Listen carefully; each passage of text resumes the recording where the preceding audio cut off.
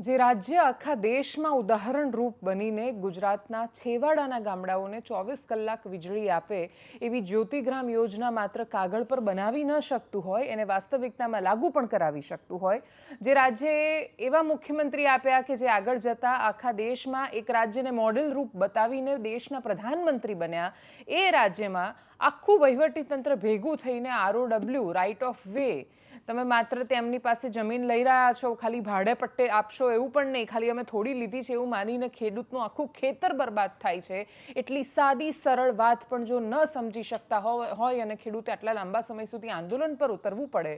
તો એને અસંવેદનશીલતા અને અનિર્ણાયકતા નહીં તો બીજું શું કહીશું શરૂઆતમાં કરીશું એની વાત નમસ્કાર આપની સાથે હું દેવાંશી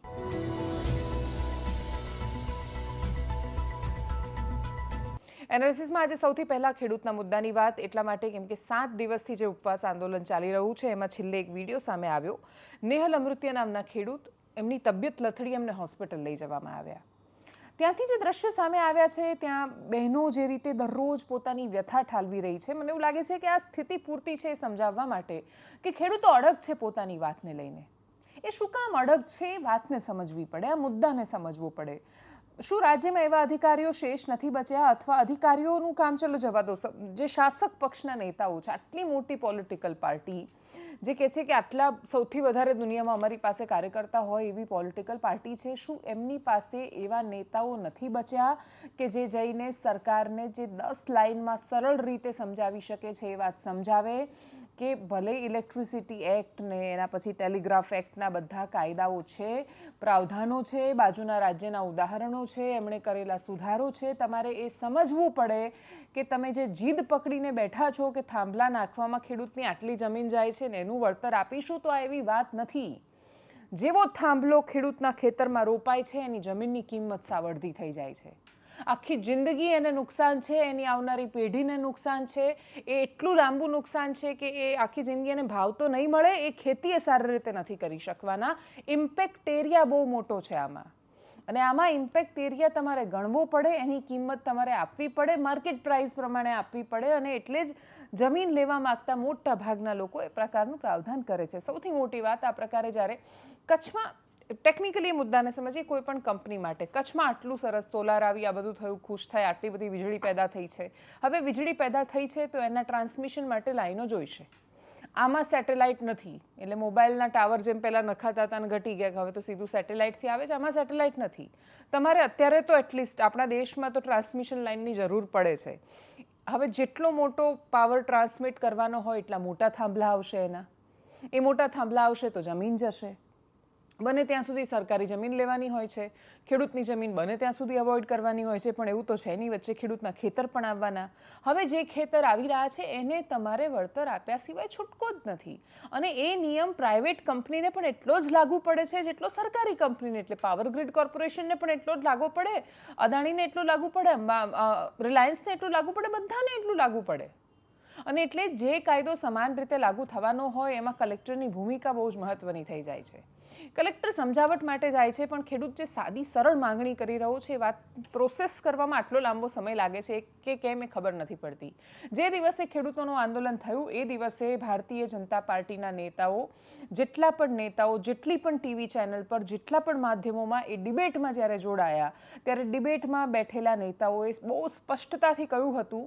કે સરકાર સુધી આ વાત રજૂઆત મુદ્દો પહોંચ્યો છે સરકાર ગંભીરતાથી આના પર વિચાર કરી રહી છે અને ઉકેલ અમે આપી દઈશું એમણે ત્યાં સુધી કહ્યું કે આ કોંગ્રેસ કે આમ આદમી પાર્ટીનો સવાલ ક્યાં છે એ નિવેડો તો અમારે આપવાનો છે ને એટલે અમે જ આપીશું અને બધાએ કહ્યું હા ઠીક છે હવે આ શ્રેય લેવાની લડાઈ બંધ કરી દેવી જોઈએ દરેક માધ્યમે એવું કહ્યું કે આમ આદમી પાર્ટીને કોંગ્રેસ શ્રેય લેવા માટે લડે છે બાકી આનો ઉકેલ તો સરકાર જ આપવાની છે તો ક્યાં ગઈ સરકાર આટલા દિવસ પછી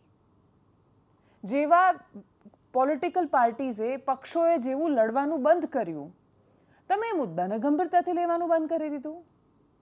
ગાંધીનગરમાં જે ખેડૂતો ટ્રેક્ટર લઈને આવવા માટે તૈયાર થયા હતા કોંગ્રેસના એ નેતાઓ જે તમારા ભરોસા પર રહ્યા અધિકારીઓ સાથે સંપર્ક થયો કેમ કે એ દિવસે લાલજી દેસાઈ પાલાંબલિયા બધાએ કહ્યું કે ના અમને સરકારે કહ્યું છે અમારી કમિટી આવશે તમને મળવા માટે આવશે અધિકારીઓને આપણે નિવેડો લાવીએ થોડી માંગણીઓ સ્વીકારીએ થોડી બાકી રહે કઈ સ્વીકારી માંગણી એટલે શું અધિકારીઓ બધા ભેગા થઈને સંયુક્ત રીતે કોંગ્રેસના નેતાઓને છેતરી ગયા કેમ કે આમાં છેતરવાની વાત કોંગ્રેસના નેતાઓની નહોતી, ગુજરાતના ખેડૂતોની હતી. હવે 7 દિવસથી ઉપવાસ ચાલી રહ્યા છે, ખેડૂતો બીમાર થઈ રહ્યા છે. ત્યાં અલગ અલગ રીતે આખો આ કાર્યક્રમ એને વધારે લોકો સુધી પહોંચાડવા અને કોઈને કોઈ રીતે બધાનું ધ્યાન જાય એના પ્રયત્નો થઈ રહ્યા છે કે કદાચ કોઈક જાગે અને એ જાગ્યા પછી એ ત્યાં નજર કરે. હકાકભા ગઢવી છે, લોક ડાયરાના કલાકાર છે, એ પણ ત્યાં ગયા અને એમણે પણ ત્યાં ડાયરો કર્યો. એના પછી એમનો પણ વિડીયો સામે આવ્યો છે જેમાં એમણે કહ્યું છે મધ્યસ્થી કરીશ. હવે મુદ્દો એ રીતે પણ વેગ પકડી રહ્યો છે કે ભારતીય જનતા પાર્ટીના ત્યાંના સ્થાનિક નેતા એમણે પણ પાર્ટીમાંથી રાજીનામું આપી દીધું છે અને કહ્યું છે કે ખેડૂતનો મુદ્દો સાંભળશે તો હું આ વાત કરીશ. હવે દરેક પક્ષના નેતા પક્ષોથી ઉપર થઈને એ વાતનો સ્વીકાર કર્યા સિવાય કોઈની પાસે એમ પણ છૂટકો નથી કે તમારે ખેડૂતોની વાત સાંભળવી પડશે. અને બીજું, દરેક વખતે આટલું ટટળાવીને કેમ સાંભળવાના? જે વાત 1.5 મહિના પહેલાં પૂરી થઈ જવી જોઈએ, જે કોંઢના મુદ્દામાં થયું, જે જેતપરના મુદ્દામાં થયું, આની પહેલાં જે કચ્છમાં થયું, તમને ખબર જ છે કે ટ્રાન્સમિશન લાઈન આગળ વધતી જશે, કે ખેતર આવશે એટલે બધા જ લોકો રાહ જોઈ રહ્યા છે કે એના પગ પર આવે પછી બોલે. પણ તમને એ ખબર છે કે કેટલા લોકોના પગ સુધી આ મુદ્દો આવવાનો છે? હવે આ રેલો છે જ એટલો મોટો કે બહુ બધાના તળિયે આવવાનો છે ત્યાં, એટલે કોઈ બચવાનું નથી. જે લોકો રસ્તામાં આવશે એનાથી, અને જે લોકો બચશે આમાં બચશે, નહીં તો બીજામાં આવવાનું તો છે જ બધાના પગ નીચે. અને પગ નીચે આવે ને પછી તમારી સામે બોલે ને ત્યાં સુધી પેલાને તમે ટાઢા કરી દો ને અહીંયા પાછું શરૂ થાય. એટલે આ જે છેલ્લા કેટલાય મહિનાથી જે એકનો એક મુદ્દો ચાલે છે ચર્ચામાં, એમાં બહુ ટટળાવીને આટલા ઉપવાસો કરાવીને કોઈ મદદ કરવાનો શું મતલબ? જ્યારે સરકારને ખબર છે કે એમણે આ માનવું જ પડશે, કેમ કે ખેડૂતો આમાં ખોટા નથી. ખેડૂતોને પણ ખબર છે કે સરકાર પાસે માન્યા સિવાય છૂટકો નથી આમાં. વાત એ છે કે આ મુદ્દાને આટલો ખેંચાઈ કેમ રહ્યો છે? આ જવાબદારી વહીવટીતંત્રની અને અધિકારીઓની વધારે બની જાય છે, કેમ કે ટેકનિકલી આ વિષય એમને બહુ સારી રીતે ખબર છે. એમને પણ ખબર છે ને કે જે અશક્ય જેવું લાગતું હતું એ આ ગુજરાતમાં લાગુ થયું હતું. અને આ જ ગુજરાત છે જેણે જ્યોતિગ્રામ યોજના આપી હતી. ત્યારે જો આ વખતે છે એવા અધિકારીઓ હોત તો ડાયરેક્ટ જઈને એવું કહી દેતા, ના ના સાહેબ આમાં ના થાય, નહીં સર इसमें ऐसा नहीं हो सकता, ऐसा नहीं हो पाएगा, અને માનીએ લેતા નેતાઓ. પણ એ વખતે મુખ્યમંત્રી નરેન્દ્ર મોદી હતા અને અધિકારીઓ બહુ અલગ હતા. હવે એ પ્રકારની સ્થિતિ નથી અને એટલા જ માટે કોઈ કહેનારું નથી જઈને કે આમાં ખેડૂતોને ટટલાવવાનો કોઈ મતલબ જ નથી. આજે નહીં તો કાલે તમારે માનવાની ઈચ્છા આ વાતોને. બાર્ગેનિંગ કરો એ વિષય અલગ છે, પણ આટલી હદ સુધી આ વિષય કેમ ખેંચાઈ રહ્યો છે સમજાતું નથી. ત્યાંથી શું દ્રશ્યો સામે આવ્યા? જે નેતા જેમણે પાર્ટી છોડી એમણે શું કહ્યું, હકાભાઈ શું કહ્યું, સાંભળીએ એકદમ સંક્ષિપ્તમાં.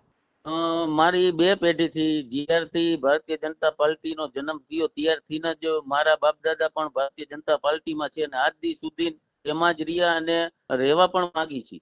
તો સરકાર સારા ખેડૂતોના નિર્ણયો લઈએ તો અમે એ પક્ષ સાથે જ છીએ. પણ આ ક્યાંક ને ક્યાંક નિર્ણય ન આવતા મને એવું લાગે છે કે અત્યારે મારે ખેડૂતોની પડખે ઉભું રહેવું પડે, એના માટે મેં રાજીનામું આપ્યું. તો પછી કીધું છે સરકારે કે તમારી માંગ પૂરી કરવા તૈયાર છીએ અમે, તો પછી હું ખેડૂત સાથે ઉપર છે, મારે અહીંયા બેવું પડશે. પછી તરત ખેડૂત હારે જ બેવું પડશે. હું જઉં છું તો માંગ પૂરી થાય છે જ તેને, કારણ કે આટલો મોટો અવાજ ઉઠ્યો છે, ખેડૂતને આટલો બધો વિશ્વાસ છે મારી માથે કે હકાભાઈ અવાજ ઉઠાવ્યો છે અને ખેડૂતે મને ઘણો બધો સપોર્ટ કર્યો છે. મને એમ થયું કે જીવનમાં આટલો બધો પ્રેમ મને મળ્યો હતો, ખેડૂતે પ્રેમ આપ્યો છે, તો હવે મારે એની સાથે મારે ઊભું રહેવું પડે. હું આગળ પાછું થઈ ન શકું, થવું હોય તો ન થઈ શકું, થવું તો એમ થાય કે ભાઈ દુનિયામાં આમ થાય, એક આંટો પડ્યો આપણે. એટલે મારું જીવન આંટો અહીંયા આવ્યો છે, સુધાર લેવો આંટો. એટલે માટે હું બોલ્યા પછી ફરતો જ નથી ભાઈ, મારો નિયમ છે. બોલ્યા પછી શબ્દ મારે જ પડતા નથી. મારે કંઈ પૈસા જોતા નથી, મારે રાજકીયમાં પહોંચ જોતી, મારે જોઈએ છે માત્ર ખેડૂતોનું હિત, ખેડૂતોની માંગ પૂરી કરે, આ ઈચ્છા છે બસ. ખેડૂતોને વારંવાર કહેવામાં આવે છે અને મારી ઈચ્છા એવી છે, મેં પણ કીધું હતું સરકારને, સરકાર કે હું આવું છું અહીંયા આગળ તો આપ ચોક્કસ અમારી માંગ પૂરી કરજો. એટલે બાંધી લો એમ સરકાર પોઝિટિવ છે એવું લાગે છે મને, હોય 100%. એટલે જ્યારે કમિટી નક્કી કરે એટલે હું એમની સાથે જ જઈશ. જેવી કંઈ ખેડૂતને મજા ન આવી, અપમાન જેવું લાગ્યું તરત, હજી આંદોલન પૂરું તો થયું નથી, અહીંયા લેખિત આપી દે છે એટલે અહીંયા આંદોલન પૂરું થાય છે. પણ લેખિત દેવામાં થોડીક સીધું તો લેખિત નહીં, એમાંથી સચિવ બે છે, કલેક્ટર બે છે અને પૂરેપૂરું લખાણ કરવું જોઈએ. સાથે થોડી વાર લાગશે પણ લેખિત આવશે એટલે આંદોલન પૂરું થાય છે.